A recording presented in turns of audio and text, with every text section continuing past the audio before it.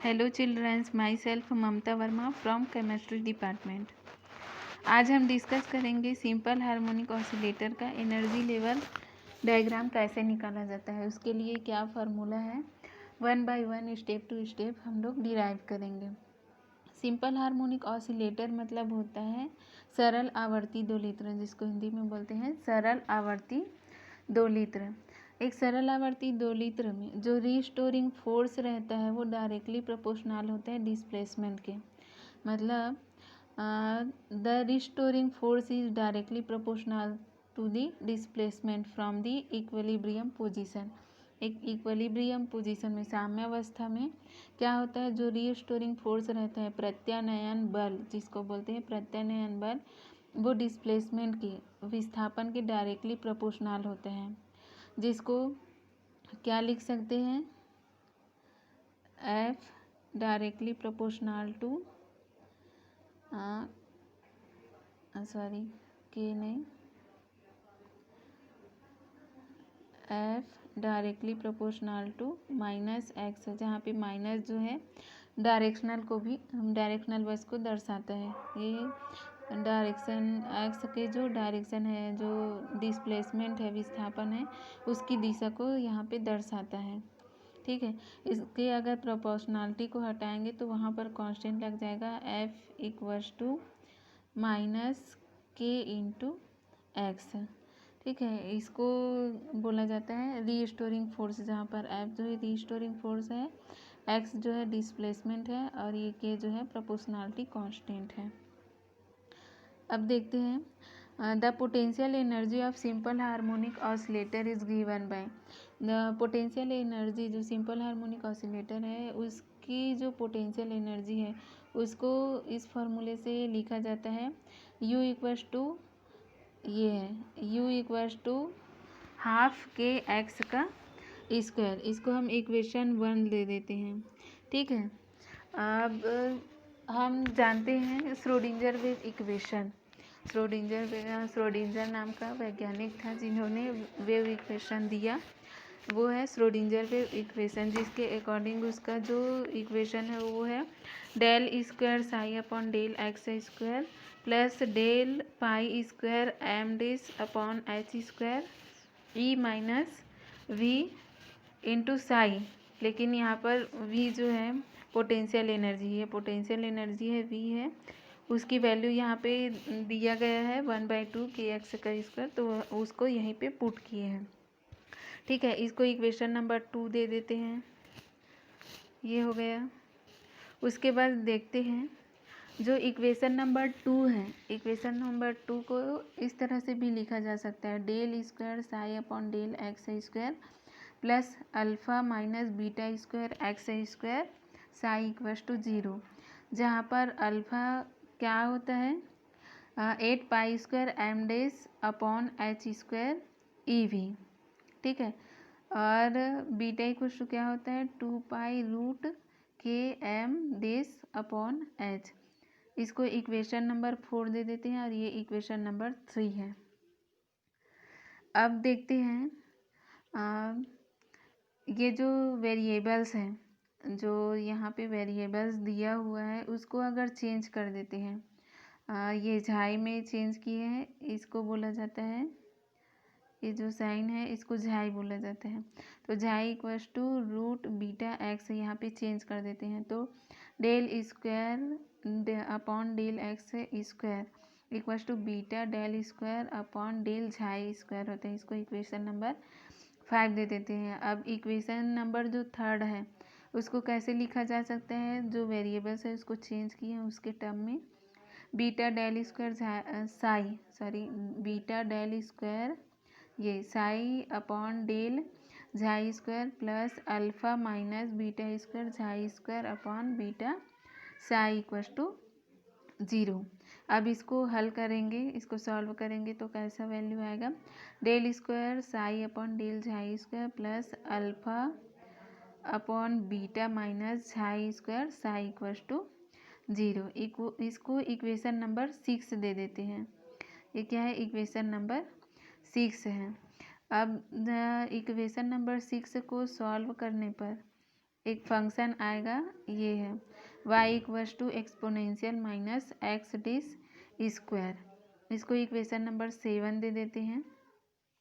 अब जो equation number 7 है उसको डिफ्रेंशिएट करेंगे, उसको अवकलित करेंगे तो क्या वैल्यू आता है, del y by del x dash plus 2x dash y equals to 0। ये है इक्वेशन नंबर 8। अब जो डिफ्रेंशिएटिंग एन उसको n+1 के टर्म में फिर डिफ्रेंशिएटिंग करेंगे, ठीक है। तो क्या होता है, del square z upon del x dash square plus 2x dash del z upon del x dash plus 2n+1 z equals to 0। इसको इक्वेशन नंबर 9 दे देते हैं, जहाँ पर जो del square n y upon del x dash n equals to del square n upon del x dash n exponential minus x dash square equals to z, इतने के बराबर क्या लिया गया है यहाँ पर जेड, ये जो जेड की वैल्यू है वो इतने के बराबर लिया गया है। जब डिफ्रेंशिएटिंग करेंगे n+1 के टर्म में तो ये वैल्यू आती है, तो इस जो बड़े से वैल्यू है इसको एक छोटे से वैल्यू के रूप में लिखा जाता है जेड, ठीक है। अब जो है यहाँ पर जो फंक्शन दिया हुआ है, now consider a given function है सोन, यहाँ पर u इक्वल्स टू -1 की घात n exponential x dash square upon 2 into z. इसको इक्वेशन नंबर 11 देते हैं। अब इक्वेशन नंबर 11 है उसको क्या करते हैं, डिफ्रेंशिएटिंग करते हैं, ठीक है। इसका अवकलन करते हैं तो क्या वैल्यू आती है, ये del square u upon del x dash square equals to exponential x dash square upon 2 del square z upon del x dash का square plus 2x dash del z upon del x dash plus z into exponential x dash square upon 2x dash square plus 1। इसको equation number 12 देते हैं। अब उसके बाद इसको इस तरह से और लिखा जा सकता है, जो इक्वेशन नंबर 12 है उसको ये del square z upon del x dash का स्क्वायर प्लस 2x डेस, ये है सॉरी ये वाला del z upon del x dash equals to exponential minus x dash का square upon 2 del square u upon del x z sorry del x dash का square equal minus z x dash square plus 1। इसको equation number 13 दे देते हैं।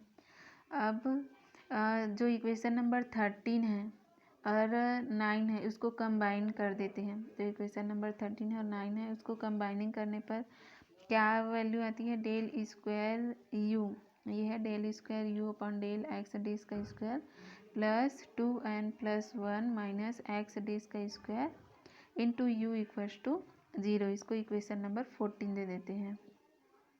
अब क्या होता है, if we compare equation 14 with equation 6, जो इक्वेशन 6 है और ये इक्वेशन 14 है इसको कंपेयर करते हैं। कंपेयर करने पर the differ only in variable है, यहाँ पर ये जो वेरिएबल है वही पर डिफर रहता है। तो alpha upon beta equals to 2n+1, इसको इक्वेशन नंबर 15 दे देते हैं, ठीक है। Substituting the value of alpha and beta from equation 4 in equation 15 we get. Equation number 4 और 15 में जो अल्फ़ा और बीटा की वैल्यू है, जो इक्वेशन 4 में अल्फ़ा और बीटा की जो वैल्यू हम लोग सबसे पहले निकाले थे, अल्फ़ा और बीटा की वैल्यू, उसको यहाँ पे पुट कर देते हैं। पुट करने पर क्या मिलता है, 8 पाई स्क्वायर, ये मिलता है 8 pi square m dash e v upon h का square upon 2 pi root k m dash upon h equals to 2n+1। पूरे को सॉल्व करते जाएंगे। 4 pi m dash e v upon h root m dash k equals to 2n+1। यहाँ से E V की value निकालेंगे तो ई वी को यहीं रख देंगे, ये ई वी है, ई वी को यहीं रखेंगे और बाकी चीज़ को इधर ट्रांसफ़र कर देंगे। तो ट्रांसफ़र करने पर क्या मिलता है, E V equals to 2h root m dash k/4πm n+1/2। इसको सॉल्व करेंगे तो क्या होगा, h/2π√k/m n+1/2। इसको इक्वेशन नंबर दे देते हैं 16। ठीक है।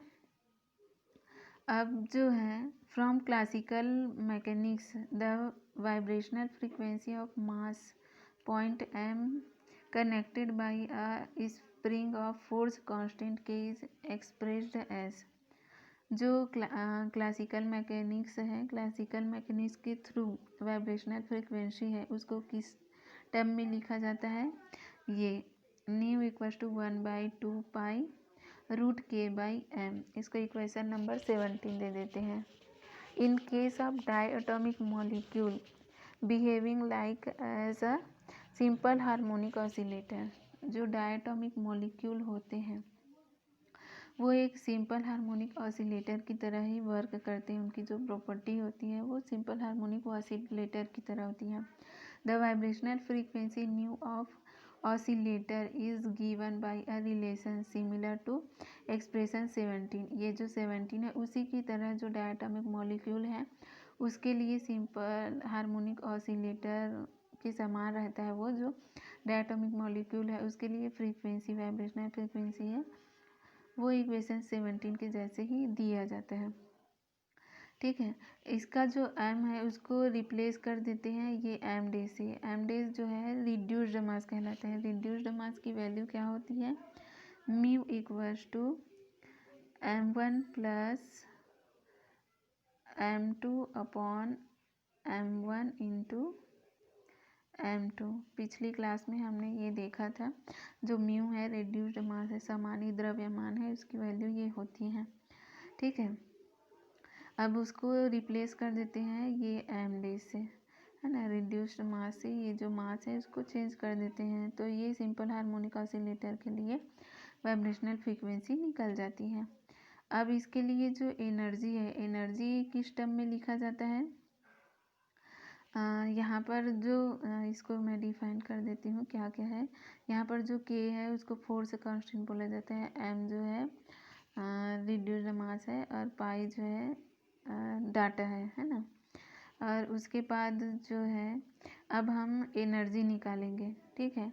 जो यहाँ पर सिंपल हार्मोनिक ऑसिलेटर है उसके लिए जो एनर्जी लिखेंगे वो क्या कैसे लिखते हैं, equals to n+1/2 h nu. इसको इक्वेशन नंबर 19 दे देते हैं। Where n is the vibrational quantum number, यहाँ पर n जो है वाइब्रेशनल क्वांटम नंबर है, उसकी वैल्यू जो है 0, 1, 2, 3 एंड सो ऑन कुछ भी हो सकती है। New is the vibrational frequency of oscillator और वाइब्रेटिंग डायटोमिक मॉलिक्यूल। ठीक है। यहाँ पर जो ई दिया गया है वो वाइब्रेशनल फ्रीक्वेंसी है डायटोमिक मॉलिक्यूल की। अब इसको हम वाइब्रेशनल क्वांटम नंबर के टर्म में लिखेंगे तो E V equals to v+1/2 h nu. यहाँ पर n जो दिया था उसको v के टर्म में, अब वाइब्रेशनल फ्रीक्वेंसी पढ़ रहे हैं तो v के टर्म में इसको चेंज कर देते हैं तो n इक्वल्स टू यहाँ पर क्या लिखे हैं v, तो E V equals to v+1/2 h nu. यहाँ से जितने भी वाइब्रेशनल फ्रीक्वेंसी है उसकी एनर्जी यहाँ से निकाला जा सकता है और उसके थ्रू जो है एनर्जी लेवल डायग्राम यहाँ पर जो है ये है एनर्जी लेवल डायग्राम। ये ग्राउंड स्टेट के लिए है, ये ऐसे निकाला जाता है energy level diagram different energy level के लिए उसी फार्मूले के थ्रू से। क्या है formula, E V equals to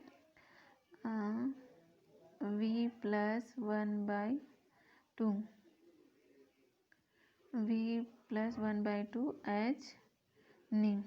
ठीक है। वहाँ से निकाल लेते हैं तो ये ग्राउंड स्टेट के लिए है, first excited state, second, third, fourth, fifth, six, seventh, eight, ऐसे करके जितने भी स्टेट का जितने भी लेवल का निकालना चाहे आप आसानी से निकाल सकते हैं। और ये है वाइब्रेशनल एनर्जी के लिए जो कर्व निकलते हैं वो ऐसे निकलते हैं। ठीक है, ये एनर्जी और इंटरन्यूक्लियर डिस्टेंस के बीच जो ग्राफ बना है वो है। अब यहाँ पर हम देखते हैं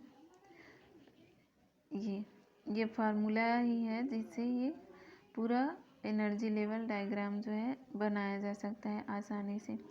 यही जो है सिंपल हार्मोनिक ऑसिलेटर के लिए एनर्जी लेवल निकालने का फार्मूला है, और इससे आसानी से जैसे यहाँ पर शो किया गया है वैसे ही जो डिफरेंट एनर्जी लेवल है उसके लिए यहाँ पर लेवल जो है निकाला जा सकता है। ठीक है, ओके, थैंक यू।